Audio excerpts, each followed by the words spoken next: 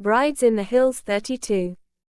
In his mind, he did not consider it obscene to be naked without a loincloth tied around his waist when he was at home. Boys are usually boys, and Surah, boys. Mukunda was anxious to inform Bava about the deer and the baby chicks that were grazing there, and Chinny Akare stammered again. Bava, this hand news is enough. Look, baby, that picky color is there, it is red near that beak, that, like me, like Bhavan.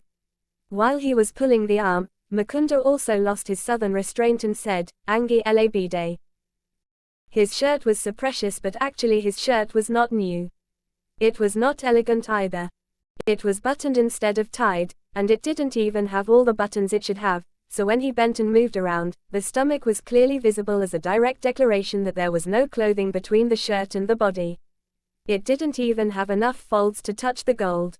What he wore was a long pancha, an inch below his knee. As it was twisted in a crosswise fashion, it often slipped and yawned like a mouth, showing off the kalpina he had built inside, along with its size, without any suspicion. Chinny had thought that some disaster had happened because Chinny lifted the dish, because Chinny did not have the sense to notice that such a disaster often happened without his efforts, so it was convenient for Mukundaya to think that he was polite. The more disinterested Mukunda was, the more interested Chinny was in him.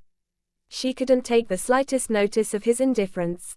She knew his disdainful words and body posture as his respectable behavior. When he left, she stopped and sat next to him as if touching her. He moved a little, but she also moved closer to him.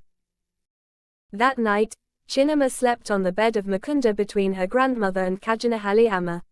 She sought Mukunda, who had risen before her in Balaga and started ruling. Even when Mukunda left for Connor with her mother, she was so upset that she was crying, and grandmother was having a hard time trying to pacify her.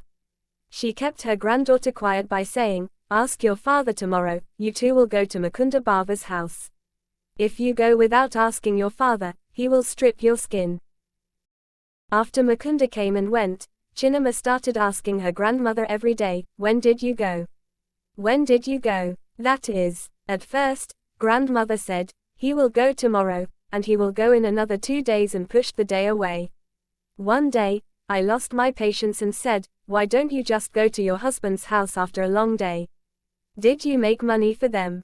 She snapped. Although the girl did not understand what her grandmother was saying, she felt something, so the grandmother got angry. 33 will be continued.